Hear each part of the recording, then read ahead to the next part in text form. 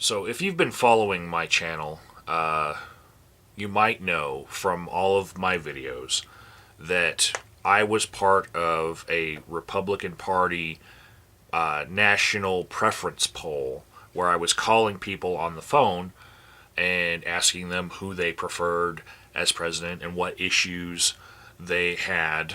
And at a certain point here in Colorado, I was hearing mostly Gingrich, Gingrich, Gingrich. And I think that has to do with the fact that I was calling for neighborhoods that were around this corridor that is filled with a lot of national defense work.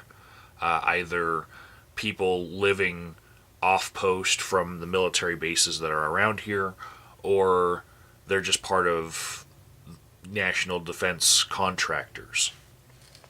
So they had a vested interest in somebody who was strong on national defense. So I was hearing Gingrich, Gingrich, Gingrich. Then what happened is right before the Colorado caucus happened with the straw poll, in my city of Colorado Springs, Rick Santorum came to visit, and Dr. Dobson from Focus on the Family endorsed him on stage publicly to a very large crowd. And a couple days later, the straw poll and caucus happen, and Rick Santorum wins Colorado. Even though for weeks before that, he was not even registering in the phone poll. So in Colorado, for the entire state, the straw poll went 40% Santorum, 12% Gingrich, 11% Ron Paul, and 34% for Mitt Romney. So Santorum and Romney were the frontrunners there, and Gingrich and Paul were far behind. Now, because of the way that the caucuses work, you don't vote. That straw poll is not binding at all. And you don't vote for the presidential candidates, you vote for your delegates that you want to send. Because of that, there's a difference between the straw poll and who the delegates will vote for in the end. Now, when the delegates go to county, congressional, and state, they're not pledged unless they say they're pledged. Okay? Now, from congressional and from state, those delegates can be sent on to the national convention. And in order to do that, they have to file a delegate intent to run form. Okay? That's where you pledge which candidate you are going to vote for. And you can either go unpledged or pledge for a candidate. Now, at the national convention, if you are pledged for a candidate, for the first 2 of 3 rounds of voting, you must vote for that candidate.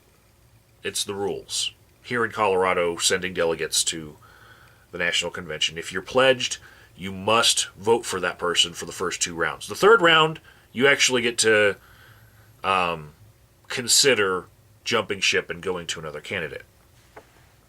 So, in the description box, there's a link to my congressional district, which is CD5, and you'll find my name on it.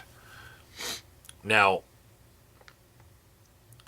on this list, there are 73 people total in my congressional district, and the congressional assembly happens the day before the state assembly happens. There are 7 different congressional districts in my state. Each one has their own mix of delegates, but in my congressional district,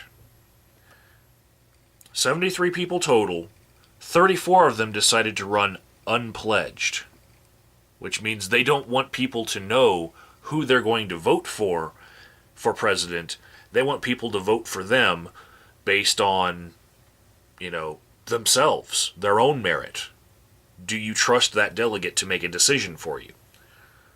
I myself actually pledged a candidate because I feel it's more honest to come out and say which candidate you would vote for in those first 2 rounds. I don't, if somebody would look at my selection for president out of the people in the race right now, and they would discredit me based on who I said that I would vote for rather than anything personal about me, that's fine. I think that that's information that they should have. So I pledged myself. So, the breakdown of the people who are pledged goes like this for my congressional district of CD5. Ron Paul winning it with 23% of the pledged delegates. Santorum is next with 19%. Romney is trailing with 11%. And Gingrich now has a great big fat goose egg from this congressional district. After he pretty much was winning with all of the presidential preference polls that we were calling beforehand. In just a few short months, he is now not even a blip on the radar. So, Ron Paul's strategy of training people to become delegates to the congressional and state assemblies and then go on to national is working. I mean, to go from the person who is last in the straw poll to the person who has the most pledged delegates, that's a winning strategy. Proof is in the description box. There's the list of pledged and unpledged delegates.